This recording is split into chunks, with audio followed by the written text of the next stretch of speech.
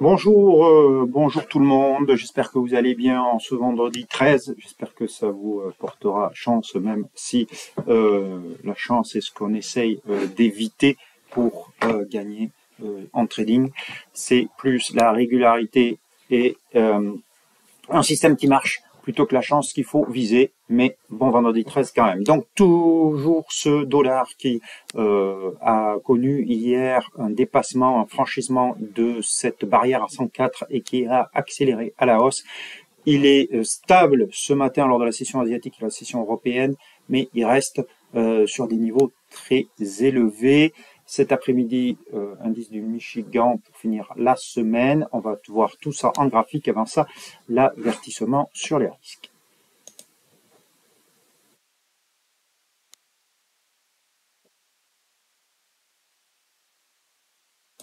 Voilà, donc à l'écran, donc l'indice dollar, vous voyez cette bougie verte haussière, donc difficile d'aller à l'encontre, cette moyenne mobile à 13 périodes qui continue de soutenir les cours et ce dépassement de franchissement, le franchissement donc des 104, difficile, bien qu'il est suracheté, toujours pareil, mais difficile de voir un retournement.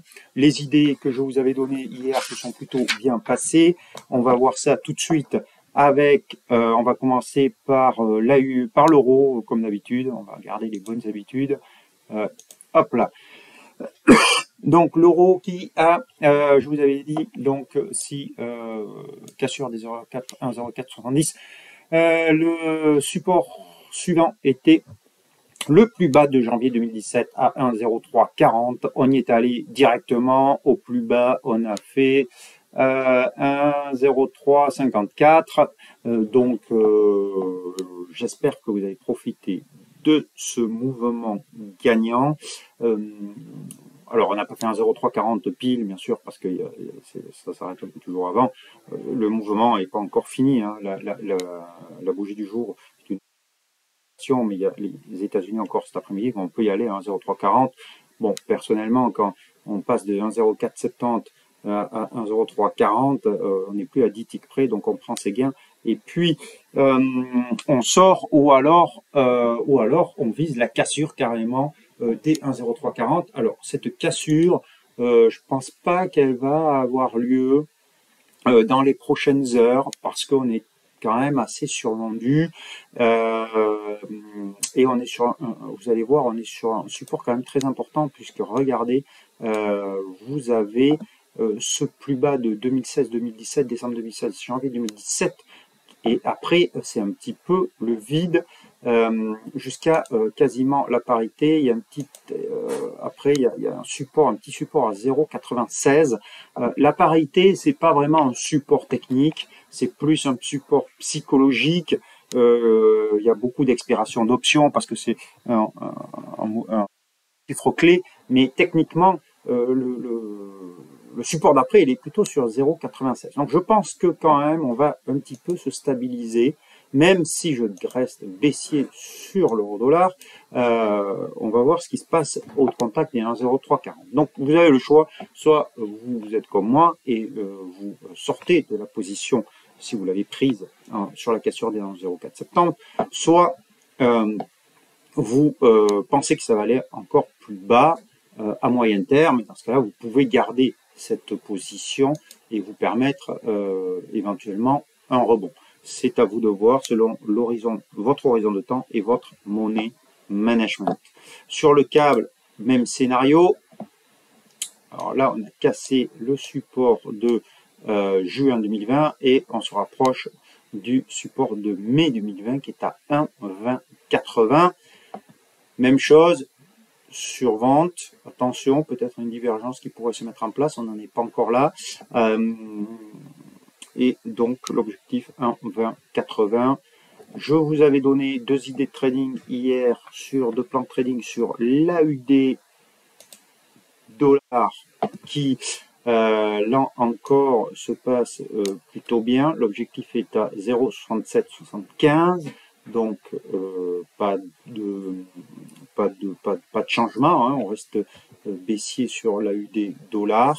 Vous voyez cette longue bougie rouge hier, quelques acheteurs ici, mais pas de quoi pour l'instant changer la tendance, même si on est en rebond aujourd'hui, mais encore une fois, ce rebond est un petit peu logique. On pourrait revenir d'ailleurs sur 0,6968 avant de rebaisser, ce qui pourrait donner un bon point d'entrée pour ceux qui n'ont pas eu le temps de le faire, avec un stop au-dessus de 0,7054. Sur le kiwi, pareil, je vous avais dit que c'était peut-être la paire de devises la plus faible, et en effet c'est le cas, puisque vous voyez que le rebond aujourd'hui est très minime, et donc l'objectif là il est très loin, il est à 0,60, donc pas sûr qu'on y aille d'un coup quand même, mais c'est un trade qui se passe plutôt bien. Et enfin, le dernier que je vous avais donné, c'était le dollar contre dollar canadien. Alors lui par contre, on est plutôt en consolidation horizontale, donc ce deal est plutôt légèrement perdant, mais le stop reste sous cette mèche basse à 0,1, pardon, vers 1,2870, 1,2870. Voilà pour les idées de trading. Alors, je vous avais donné aussi une idée sur le dollar yen. Alors, je vous avais bien dit que c'était à contre-tendance et donc que c'est plus risqué. Cette idée, ce plan est toujours valable. L'objectif reste à 126,95 et le stop, on pourrait le mettre sous le haut de la bougie d'hier à donc 130. Allez. Et donc, attention, c'est un deal, je vous le répète, plus risqué, mais la consolidation du dollar yen pourrait suivre dans les prochains jours. Même chose donc sur toutes les paires en yens, la UD yen, je vous en ai parlé hier, l'objectif pour moi reste toujours sur la moyenne mobile à 200 périodes à 84,50. Attention, toujours pareil, c'est un deal de contre-tendance.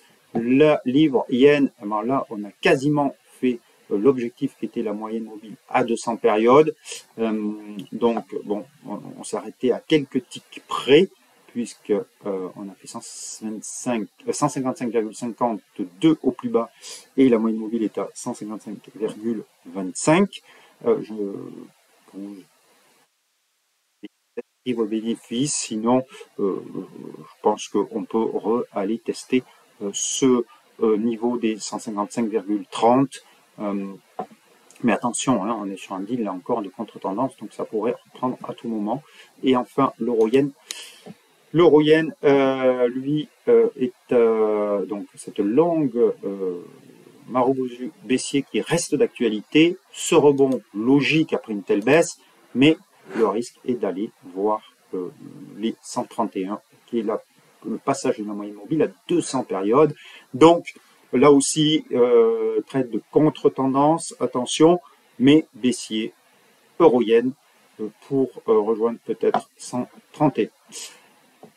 Voilà ce que je pouvais vous dire aujourd'hui. Donc, des deals qui se passent, un plan de training qui se passe plutôt bien, puisqu'on a rejoint l'euro-dollar, l'objectif.